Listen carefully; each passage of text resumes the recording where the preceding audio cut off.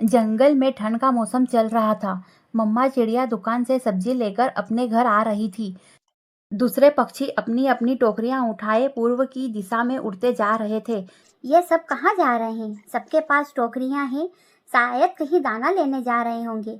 मम्मा चिड़िया तोते से पूछती है। तोते भैया रुके रुके, मेरी बात सुने। जल्दी बताओ, मैं बहुत जल्दी में हूँ, सब चले जाएंगे। आप सब कहाँ जा रहे हैं? नो पहाड़ों के पास एक ऐसा पेड़ है जिस पर ऐसे ठंड मौसम में भी फल लगे हुए हैं। कबूतर वो पेड़ देखकर आया था, उसी ने हम सबको बताया है और हम सब उस पेड़ से फल लेने जा रहे हैं। ऐसे कहते हुए तोता उड़ता है और वहां से चला जाता है। मम्मा चिड़िया भी जल्दी से घर चली जाती है। कुल्फी बेटी, सब पक्षी पहाड़ों की तरफ मीठा फल लेने जा रहे हैं। जाएं, आप भी मीठा फल ले आए। मैं भी जाऊंगा मम्मा, मैं भी कुल्फी बहन के साथ जाऊंगा। मम्मा नहीं, लड्डू भाई बहुत शरारती है, हमेशा बाहर जाकर मुझे तंग करते हैं। ले जाओ बेटी अपने भाई को भी साथ। अगर मेरा बेटा बाहर नहीं जाएगा तो सीखेगा कैसे? ऐसे लड्डू भी अपनी बहन कुल्फी के साथ चला जाता है। ठंडी हवा में उड़ना बहुत मुश्किल था। लड्डू की आंखों में पानी बह रहा था। कुल्फी बहन आहिस्ता चले, मैं और तेजी से नहीं उड़ सकता। मैंने कहा था ना आप घर में रहें। दोनों भाई बहन पहाड़ों के पास पहुंच जाते हैं। सभी दूसरे पक्षियों ने मीठे फल तोड़ तोड़कर अपनी टोकरियां में भर ली थी और पेड़ खाली हो गया था। हम बहुत देर से पहुँचे भाई, इस पेड़ से मीठे फल खत्म हो गए। अब तो आपको दोनों को ही ढूंढना होगा। तोता ऐसे कहता हुआ और अपनी टोकरी उठाकर वहां से चला जाता है। कौवा फिर से फल लेने आ जाता है। को पेड़ में मीठे 2 फल छिपाई दिखाई देते हैं। लड्डू भाई वहाँ देखो, पेड़ के पत्तों में 2 मीठे फल छुपे हुए हैं। कुल्फी मीठे फल तोड़ने ही वाली थी कि वहां कालू कौवा आ जाता है। रुक जाओ, यह फल मेरे हैं, मैं अपनी टोकरी घर छोड़ने गया था। कौवे, हमने ये फल पहले देखे हैं, ये फल हमारे हैं। चलो भागो यहाँ से। आए बड़े फल लेने। कौवा दोनों फल अपनी चोंच में लेकर वहाँ से चला जाता है। गंदा कौवा अंकल, फल मेरे भी तो हमसे छीन कर ले गया। अब क्या, अब तो खाली हाथ लौटकर ही जाना होगा। लग तो ऐसा ही रहा है। कुल्फी और लड्डू पेड़ के पत्तों में फल ढूंढने की कोशिश करते हैं, लेकिन उन्हें कोई भी फल दिखाई नहीं देता और दोनों भाई बहन खाली हाथ ही वापस घर चले जाते हैं।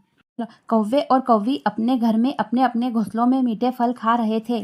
अरे गोरी, आज तो मीठे फल खा लिए, कल क्या करेंगे? कालू जी, मीठे मीठे फल का स्वाद खराब मत करो, जब कल आएगी तो देखा जाएगा। अभी से तो मुझे परेशान मत करो। कौवी और कौवा बात कर रहे थे कि उनके घर के दरवाजे पर दस्तक होती है। इस वक्त कौन आ गया? कोई भिखारी होगा या फिर ठंड मौसम में आशा लेने वाला। पूछकर दरवाजा खोलना, किसी को घर ना ले आना। मैं देखता हूँ। कालू कौवा अपने घोंसले से उठता है और बिना पूछे ही दरवाजा खोल देता है। बेटा, मैं बांसुरी चिड़िया हूँ, मुझे अपने घर में रात गुजार लेने दो, मैं बहुत दूर से आई हूँ। वही हुआ जिसका मुझे डर था। नहीं है मेरे घर में तुम्हारे लिए जगह, नहीं है। जाओ, चली जाओ यहाँ से। बेटा, मैं ठंड से मर जाऊंगी। तो मैं क्या करूँ? मरती हो तो मर जाओ। कौवा जोर से दरवाजा बंद करता है और अंदर चला जाता है। आ जाते हैं कहाँ कहाँ से मुंह उठाकर, मेरा सारा कंबल ठंडा कर दिया। इसीलिए मैंने कहा था कि पूछकर दरवाजा खोला करो। बूढ़ी बांसुरी उड़ती हुई रानू चिड़िया के घर आ जाती है। कोई है, इस घर में कोई है। अम्मा, बाहर कोई है, कोई आवाज दे रहा है। मैं देखती हूँ। चिड़िया उठती है और दरवाजा खोलती है। बूढ़ी माँ जी, आप इस ठंड में यहाँ क्या कर रही हैं?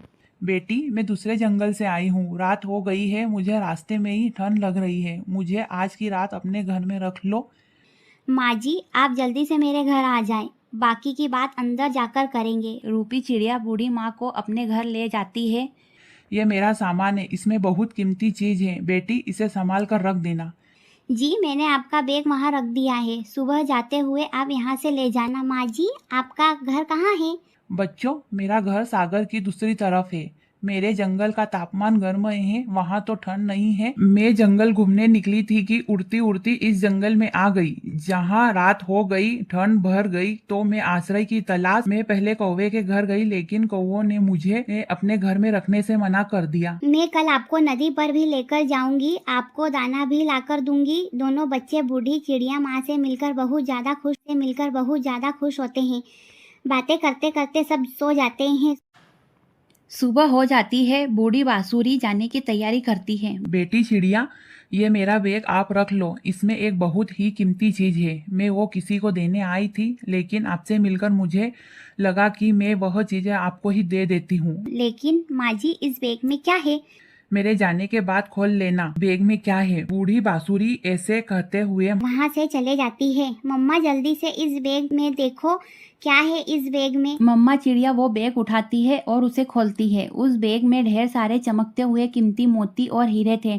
बच्चों, ये तो बहुत ज्यादा कीमती चीज है, लेकिन माँ ये सब हमें क्यों दे गई? अम्मा, शायद बूढ़ी माँ किसी को ये सब देने जंगल ही आई थी। हमने बूढ़ी माँ को घर में आश्रय दिया और बूढ़ी माँ यह सब हमें देकर चली गई। मम्मा चिड़िया, यह देखकर वो तीनों बहुत खुश होते हैं। मम्मा चिड़िया 2 हीरे लेकर ज्वेलर्स के पास जाती है और वो बेचकर ढेर सारे पैसे लेती है। मम्मा चिड़िया उन पैसों से अपने बच्चों के गर्म कपड़े और ठंड की दूसरी चीजें ले लेती है। गोरी कौवी भी वहाँ दुकान पर बैठी हुई थी। गोरी कौवी रूपी चिड़िया से पूछती है, रूपी चिड़िया, तुम्हारे पास इतने सारे पैसे कहाँ से आए? गोरी, रात को एक बूढ़ी चिड़िया मेरे घर रात गुजारने आई थी। वो मुझे हीरो और मोतियों से भरा हुआ एक बैग देकर गई है। यह सुनकर गोरी कौवी की आंखें खुली की खुली रह जाती है। यह तो बहुत बड़ी गलती हुई मुझसे।